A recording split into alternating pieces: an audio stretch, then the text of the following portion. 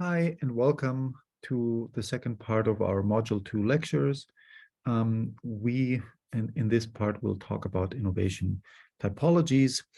Most of you will have seen a bunch of these categories floating around, and this is not kind of the most important thing to know all the different typologies, but kind of understand, what does each typology stand for, some examples, and what can we actually use with them. Now, innovation typologies, there's different categories, okay, and different textbooks have different categories of how kind of to structure them and what the inputs and outputs are. But typically, the two main innovation categories are product innovations and process innovations.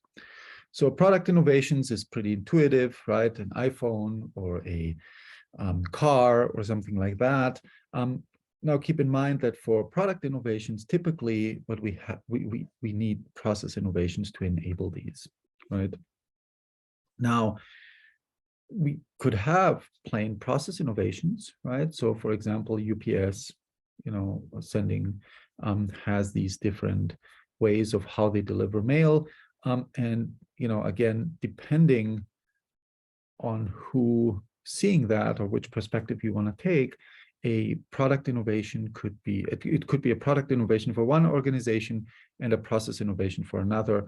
And in UPS's case, right, there's different products for the customer, but actually they're process innovations for the company. There is the terminology of radical innovation, disruptive innovation. You'll see that in the case study, that the second Ford case study. And so radical is kind of a term that's been often used, but empirically we can often not test whether this is radical or not unless we go back in history, right? And a few insiders, typically experts that kind of have seen, have some background knowledge, could maybe judge it. But typically what's radical or not is a matter of perspective and is a matter of time. Now, incremental innovations are typically more intuitive, right? So if we go from one iPhone version to the next one, from the 13th, from let's say iPhone 13 to iPhone 14, that's typically incremental, meaning that we have kind of small adjustments and small improvements of functionality. Then again, right, depending on which version you jump from, right? So from the first iPhone to the second iPhone, that jump might have been larger than from the 13th to the 14th, right? So even the amount of incrementalness, so to speak, can vary from version to version.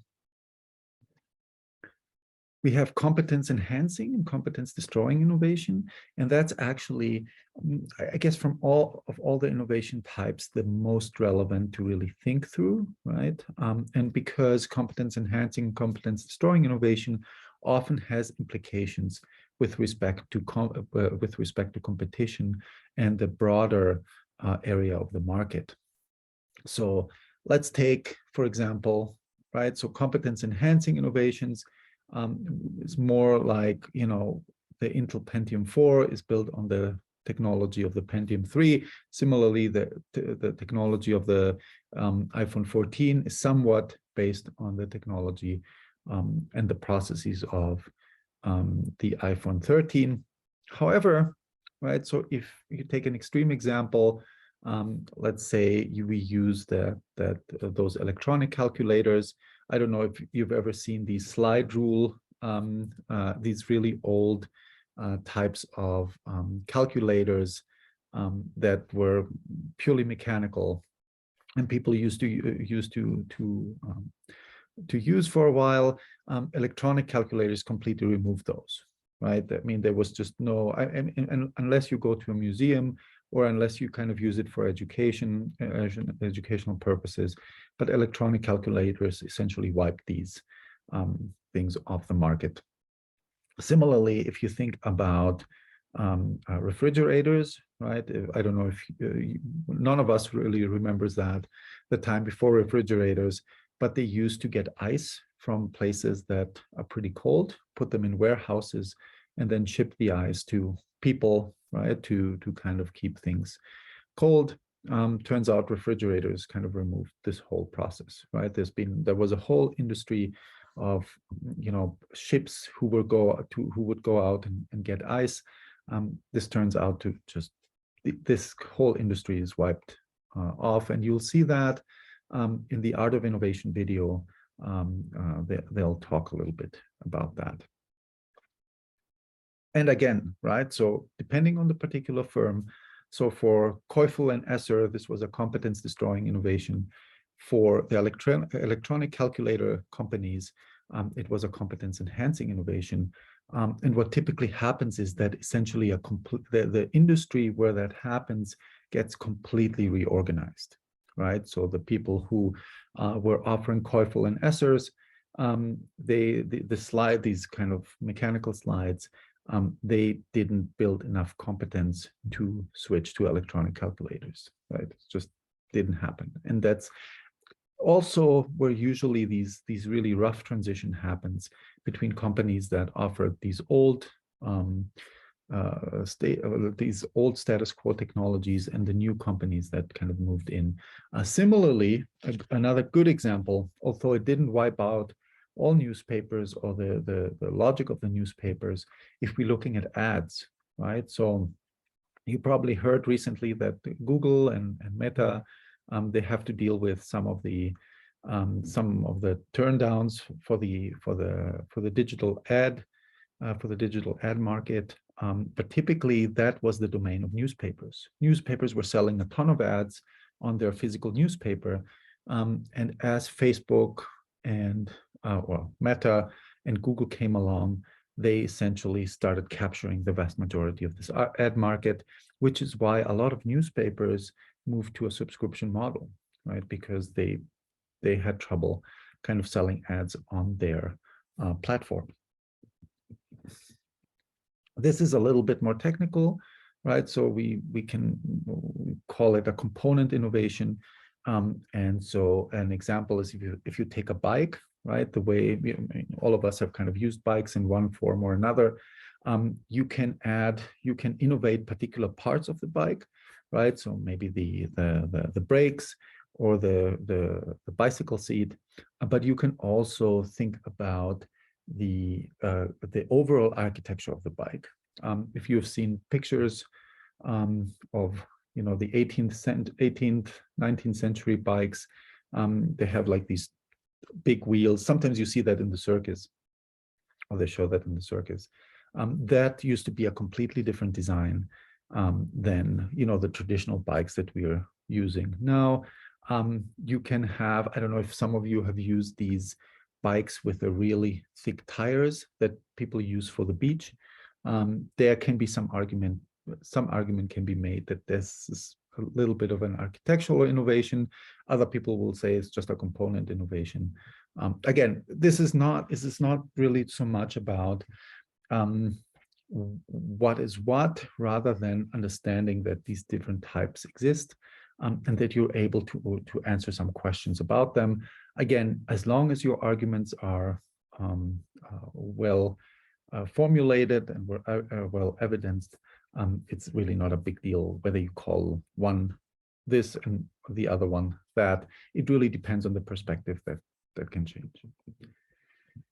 This is another way of showing different types of innovation. That's a really cool website. You're welcome to look at that. And so is what they call the innovation wheel. Okay, and so their typology has to do with the configuration, with the offerings, and with the experience that you do with your innovation, right? So service, the brand, in this case here, you have the profit model, the network, the structure, et cetera, et cetera. And here are some examples that you can kind of look at certain types of innovations.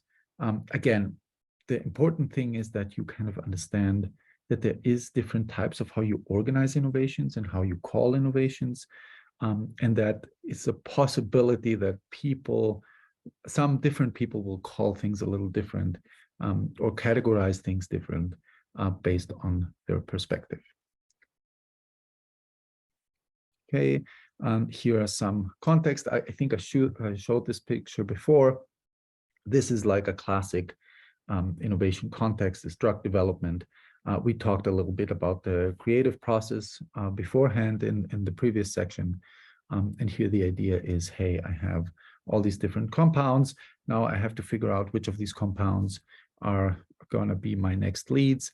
And then I use these leads to test certain potential drugs and then go pick one to go through the certification process, right? Because that process, this approval process, takes a long time and is pretty complicated. You need human trials, et cetera, et cetera. And it also shows that a lot of the innovative ideas, right? So remember when we talked about divergent and convergent thinking, right? This is essentially an example of convergent, divergent thinking, sorry, okay, where we generate a lot of leads, and then convergent thinking, where I use some criteria and I decide, okay, so by these criteria, these are my best candidates for this and this purpose. This is another example, and we can use also human health. We don't need to use animal health, but veterinary innovations have been actually pretty common. And mostly, right, the origination of veterinary innovations is for agricultural purposes, right? So we want to make sure that the animals that we are producing or breeding have certain functionalities, right? They don't get sick so much, they have more meat. Again, some of these have been, we've been kind of critical about, of how we treat animals and how we breed animals. But there's all kinds of innovations that we've seen around, veterinary medicine and areas such as these. And you can, kind of read these yourself, but you can imagine this picture gets even more complex when we think about human health and the various innovations that we've seen. And typically, okay, we talked a little bit about creativity and creativity training programs and processes. Companies have, nowadays, right, it used to be a little different 50, 60 years ago, but nowadays, firms have, or the firms that successfully build innovations have utilized multiple sources, right? So there's a lot of in-firm development, right? So some firms, most firms have some kind of R&D department, and there's a good reason for that, right? I want to have my R&D department because I want to keep my information and my intellectual property away from my competitors for at least a while. But I also want to get feedback, right? So from whether it's my customers or other users of innovation, right? I want to kind of see what suppliers, complementers, and competitors do, right? That's kind of important. And there are some more formal and some informal exchanges, which we'll talk about in a little bit in the next section. But then also I want to utilize public information, right? Whether it's researchers, governments, government laboratories, universities, published information, right? So if you go to the different papers, there's a lot of relevant information published in, for example, chemical engineering or chemistry journals that drug companies use, right? That's essentially the foundation of some of their assessment. And that means they don't have to do basic research. Basic research is done by the universities, but companies use that information for commercial purposes, right? So that's been pretty useful. And we'll then transition in the next video, we'll talk about collaboration strategies to kind of discuss a little bit how kind of these networks of firms can create innovations together. All right, see you in a bit.